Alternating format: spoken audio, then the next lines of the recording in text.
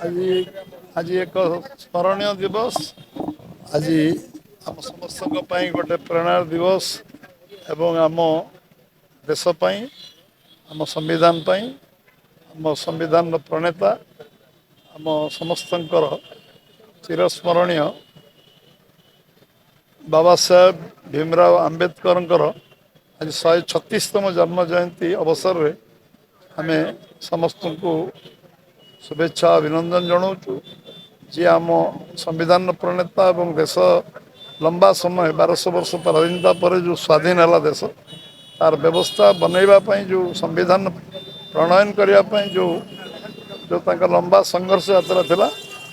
जीवन संघर्ष यात्रा पुणी संविधान परिवार जो संघर्ष एवं से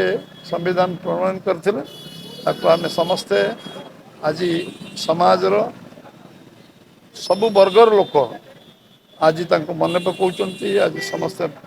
स्मरण कर जो निष्ठा थिला जो देशभक्ति थिला जो आत्मविश्वास थिला एवं आगामी शह वर्ष भारत वर्ष रूपरेख कौन हम तार जे चिंता नायक एक पवित्र जन्म जयंती रे आम समस्ते प्रणिपात करूँ गभीर श्रद्धांजलि अर्पण करूँ मार्ग चलिया समस्ते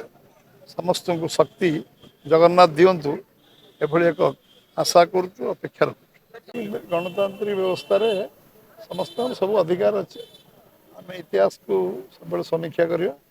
इतिहास आम पाखे सामने अच्छे तेणु आम से विब्रत हवानी व्यतिव्यस्त हवानी जो मैंने कर जो रास्त जाऊँगी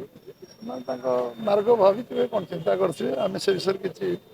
रिमार्क करवा कि कहवा उचित हम मिसेल लाभ हम समाज देशपाई लाभ हम कारण गोटे शक्तिशाली विरोधी दल या गणतंत्र विरोधी दल शक्तिशाली हवा दरकार आम चाहूँ सब दल मिसी गोटे विरोधी दल गोटे हूँ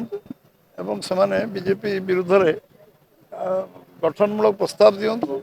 एवं विरोध पर विरोध न करी देश ओडिशार समृद्धि ओडिशा एक नंबर राज्य हम ताप परामर्श दिंतु